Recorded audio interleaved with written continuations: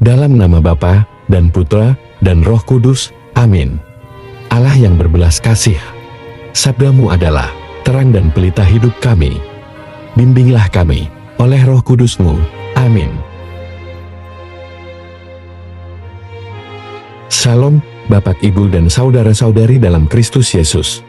Salam sejahtera dan damai beserta Yesus Kristus. Marilah kita membaca, mendengarkan, dan merenungkan firman Allah. Bacaan pertama. Bacaan dari Nubuat Yehezkiel. Beginilah firman Tuhan, tetapi kamu berkata, tindakan Tuhan tidak tepat.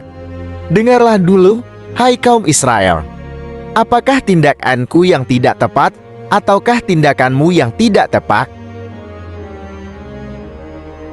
Kalau orang benar berbalik dari kebenarannya dan melakukan kecurangan, sehingga ia mati, ia harus mati karena kecurangan yang dilakukannya.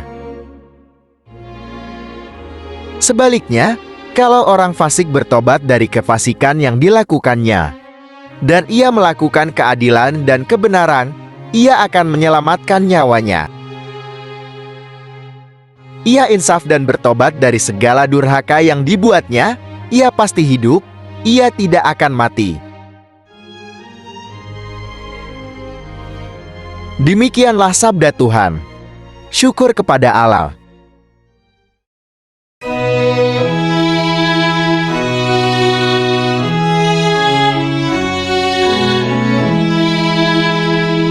Ingatlah segala rahmat dan kasih setia-Mu ya Tuhan.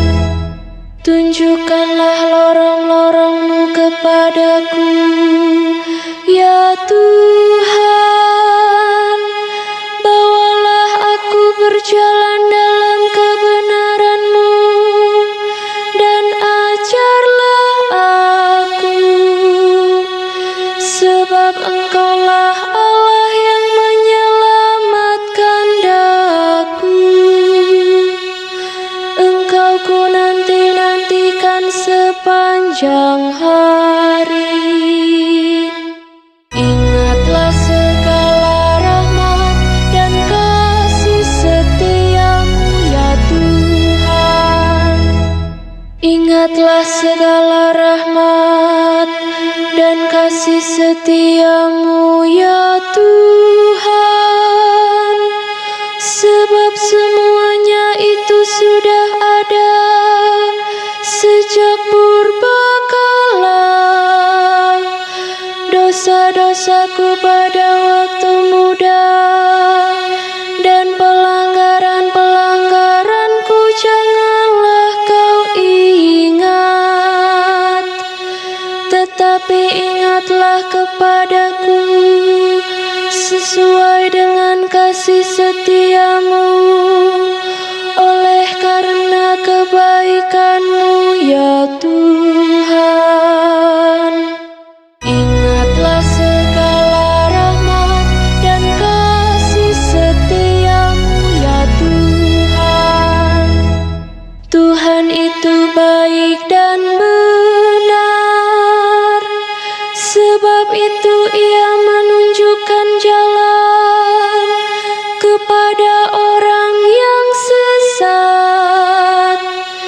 Ia membimbing orang-orang yang rendah hati menurut hukum, dan mengajarkan jalannya kepada orang-orang yang bersahaja. Ingatlah segala rahmat dan kasih setia-Mu ya Tuhan. Bacaan kedua.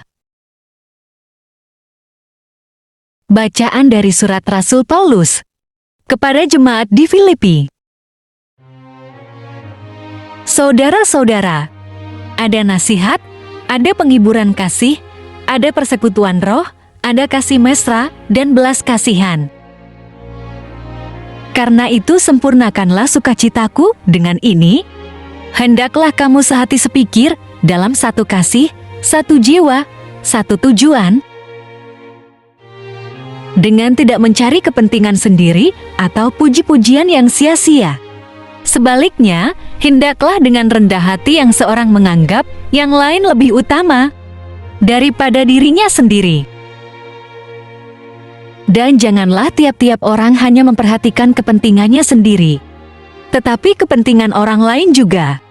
Hendaklah kamu dalam hidupmu bersama menaruh pikiran dan perasaan yang terdapat juga dalam Kristus Yesus, yang walaupun dalam rupa Allah, tidak menganggap kesetaraan dengan Allah itu sebagai milik yang harus dipertahankan, melainkan telah mengosongkan dirinya sendiri dan mengambil rupa seorang hamba dan menjadi sama dengan manusia. Dan dalam keadaan sebagai manusia, ia telah merendahkan dirinya dan taat sampai mati, bahkan sampai mati di kayu salib. Itulah sebabnya Allah sangat meninggikan dia dan mengaruniakan kepadanya nama di atas segala nama,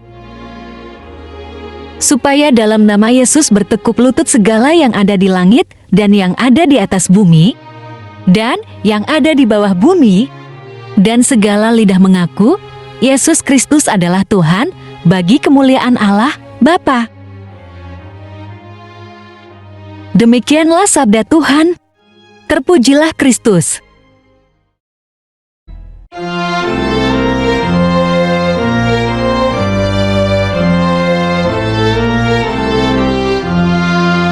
Alleluia, alleluia, alleluia. Domba-dombaku mendengarkan suaraku, sabda Tuhan. Aku mengenal mereka, dan mereka mengikuti aku. Alleluia, alleluia, alleluia. Bacaan Injil. Tuhan bersamamu dan bersama rohmu. Inilah Injil suci menurut Matius. Sekali peristiwa, Yesus berkata kepada imam-imam kepala dan tua-tua bangsa Israel, Apakah pendapatmu tentang ini? Seorang mempunyai 2 anak laki-laki. Ia pergi kepada anak yang sulung dan berkata, Anakku, pergi dan bekerjalah hari ini dalam kebun anggur. Jawab anak itu, Baik, Bapa, tetapi ia tidak pergi. Lalu orang itu pergi kepada anak yang kedua dan berkata demikian juga. Dan anak itu menjawab, Aku tidak mau, tetapi kemudian ia menyesal lalu pergi juga. Siapakah di antara kedua orang itu yang melakukan kehendak ayahnya? Jawab mereka. Yang terakhir, Kata Yesus kepada mereka, Aku berkata kepadamu, sesungguhnya pemungut-pemungut cukai dan perempuan-perempuan sundal akan mendahului kamu masuk ke dalam kerajaan Allah. Sebab Yohanes datang untuk menunjukkan jalan kebenaran kepadamu dan kamu tidak percaya kepadanya. Tetapi pemungut-pemungut cukai dan perempuan-perempuan sundal percaya kepadanya. Dan meskipun kamu melihatnya, tetapi kemudian kamu tidak menyesal dan kamu tidak juga percaya kepadanya. Demikianlah sabda Tuhan. Terpujilah Kristus. Renungan Injil. Shalom, Bapak Ibu dan saudara-saudari dalam Kristus Yesus. Hampir sebagian besar manusia percaya kepada Tuhan Allah, walaupun berbeda keyakinan imannya dan biasa kita sebut orang beriman. Problem orang beriman terletak pada sikap iman penyerahan kepada Tuhan. Sebab pada umumnya mereka tidak mau menyerahkan seluruh kendali hidupnya diatur oleh Tuhan. Motivasi orang beriman percaya kepada Tuhan cenderung hanya terbatas pada pengakuan. bahwa Tuhan adalah Sang Pencipta Maha Kuasa dan menginginkan berkat Tuhan dikurahkan kepada dirinya. Orang beriman kepada Yesus Kristus disebut umat Kristiani. Apakah ia umat Katolik atau umat Kristen Protestan? Hari ini kita diajak untuk mengevaluasi iman percaya kita kepada Yesus Kristus. Sejauh mana kedalaman iman kita dan ketaatan kita kepadanya. Bacaan Injil Matius hari ini mengenai perumpamaan tentang dua orang anak, di mana orang tuanya menyuruh mereka pergi bekerja di kebun anggur miliknya. Rupanya kedua anak tersebut berbeda tanggapannya atas perintah ayahnya. A. Anak sulung mengiyakan tetapi tidak melakukan perintah ayahnya. Matius pasal 21 ayat 28 sampai 29. Seorang mempunyai dua anak laki-laki. Ia pergi kepada anak yang sulung dan berkata, "Anakku, pergi dan bekerjalah hari ini dalam kebun anggur." Jawab anak itu, "Baik, Bapa," tetapi ia tidak pergi. D. Anak bungsu semula menolak, tetapi melakukan perintah ayahnya. Matius pasal 21 ayat 30. Lalu orang itu pergi kepada anak yang kedua dan berkata demikian juga. Dan anak itu menjawab, "Aku tidak mau," tetapi kemudian ia menyesal lalu pergi juga. Selanjutnya, Yesus menjelaskan perumpamaan ini kepada imam-imam kepala dan tua-tua bangsa Yahudi di Bait Allah. Ayat 23 yang sebelumnya mempertanyakan kuasa Yesus dengan mengatakan, mari kita lanjutkan membaca Matius pasal 21 ayat 31. Siapakah di antara kedua orang itu yang melakukan kehendak ayahnya? Jawab mereka, yang terakhir. Kata Yesus kepada mereka, "Aku berkata kepadamu, sesungguhnya pemungut-pemungut cukai dan perempuan-perempuan sundal akan mendahului kamu masuk ke dalam kerajaan Allah." Dari sini kita mengetahui bahwa sikap anak sulung ditujukan kepada imam-imam kepala dan tua-tua Yahudi, dan sikap anak bungsu ditujukan kepada pemungut cukai dan perempuan sundal. Perkataan Yesus ini sangat tajam dan tentu ada alasannya mengapa Yesus mengatakan demikian. Mari kita baca kembali Matius pasal 21 ayat 32. Yohanes datang untuk menunjukkan jalan kebenaran kepadamu dan kamu tidak percaya kepadanya. Tetapi pemungut-pemungut cukai dan perempuan-perempuan sundal percaya kepadanya. Dan meskipun kamu melihatnya, tetapi kemudian kamu tidak menyesal dan kamu tidak juga percaya kepadanya. Bapak, Ibu, dan saudara-saudari dalam Kristus Yesus, suatu pelajaran penting buat kita bahwa percaya kepada Tuhan saja tidak cukup bila tidak melakukan kehendak Tuhan. Imam iman kepala dan tua-tua Yahudi termasuk pakar tokoh agama, dan pasti mereka sangat ahli pengetahuan agama. Namun Yesus mengkritik mereka sebab tidak melakukan kehendak Allah padahal tahu dan mengerti hal tersebut. Apa gunanya banyak tahu pengetahuan tentang firman Allah bila tidak menjadi pelaku firman?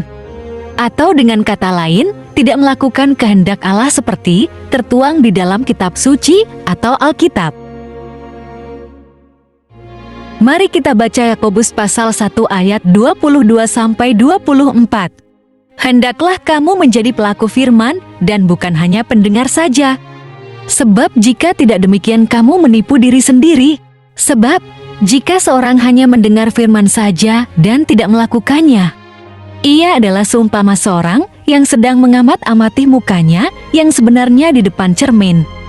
Baru saja ia memandang dirinya, ia sudah pergi, atau ia segera lupa bagaimana rupanya. Namun tidak boleh sinis dan dijadikan alasan untuk tidak membaca kitab suci dengan mengatakan, mendingan gue yang tidak baca Alkitab dibandingkan orang gereja ngomongin firman Tuhan. Tapi perilakunya sama saja dengan orang dunia. Oleh sebab itu, Yesus sudah peringatkan bahwa lebih baik sikap anak bungsu yang semula menolak perintah ayahnya. Tapi akhirnya ia menyesal dan melakukan kehendak ayahnya yang menyuruhnya pergi bekerja di kebun anggur, daripada sikap anak sulung yang akhirnya tidak menuruti kehendak ayahnya. Bapak, Ibu, dan saudara-saudari dalam Kristus Yesus, berapa banyak kita umat Kristiani yang mengaku percaya kepada Yesus, tetapi menjalani hidup menurut keinginan sendiri dan mengabaikan perintah Yesus, agar kita saling mengasihi dan pergi melakukan pemberita Injil.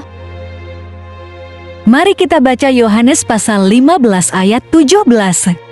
Inilah perintahku kepadamu, kasihilah seorang akan yang lain.